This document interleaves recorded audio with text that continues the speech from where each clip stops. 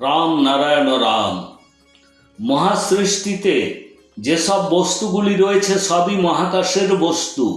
একই বস্তু আমাদের মধ্যেও রয়েছে। পুরো প্রকৃতিতে যা কিছু আছে তার সব কিছু আমাদের মধ্যে উপস্থিত।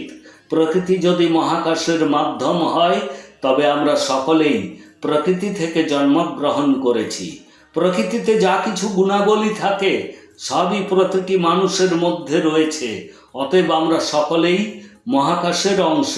এই যে আল্লাহ, ঈশ্বর, গড, আমরা যা কিছু আলাদাভাবে মেনে চলি সবই এক, আর ওই সবই হলো মহাকাশ।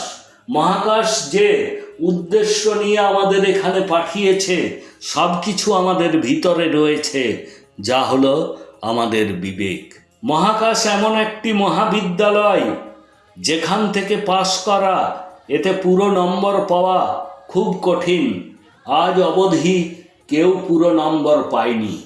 আজ অবধি আমরা সকলেই যত ঈশ্বর বা ধর্মের নাম শুনেছি এগুলির কোনোটি মহাকাশের পরীক্ষায় উত্তীর্ণ হয়নি। যিনি এই পরীক্ষায় উত্তীর্ণ হয়ে পুরো নম্বর আনবেন তিনি মহাকাশের ডিগ্রি পাবেন, তিনিই মহাকাশকে শাসন করবেন, তিনিই মোক্ষ লাভ করবেন। বিবেক আমাদের সকলের মধ্যে আমাদের অন্তরাত্মা রূপে বাস করে, যা আমাদের জীবনযাপনের সঠিক নির্দেশিকা দেয়। আমরা যদি আমাদের বিবেকের কথা না শুনি তবে আমরা মোক্ষ লাভ করতে পারবো না। 50,000 কোটি আত্মা প্রতিটি মানব দেহের অভ্যন্তরে বাস করে।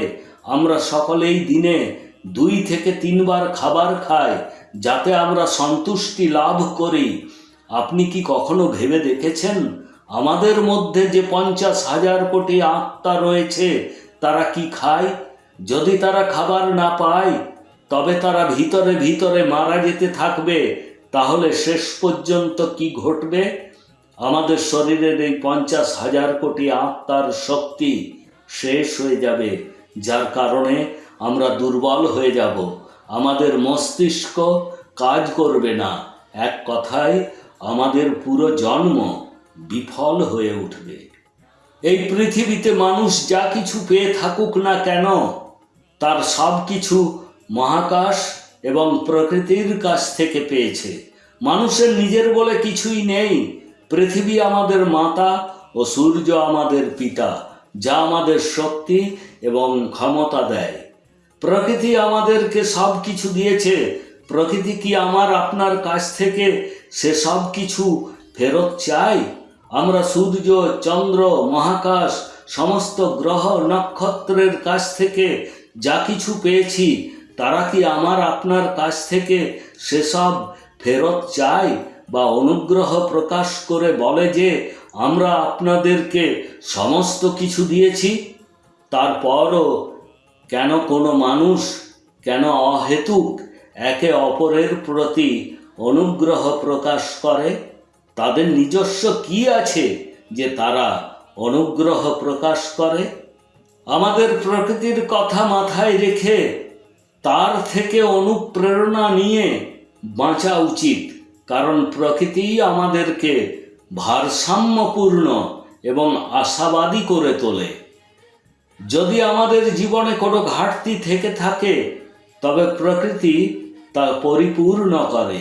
অতএব প্রত্যেককে প্রকৃতির সাথে সংযুক্ত হওয়া উচিত। আজ মানুষের কাছে যা কিছু আছে তা মহাকাশ ও প্রকৃতির উপহার। মহাকাশ, পৃথিবী, জল, বায়ু এবং শক্তি, এই পঞ্চভূত থেকেই সমস্ত কিছু সৃষ্টি হয়েছে। যদি এগুলি না থাকে তবে কোনো ব্যক্তি শ্বাস নিতে বা বাঁচতে সক্ষম হবেন না।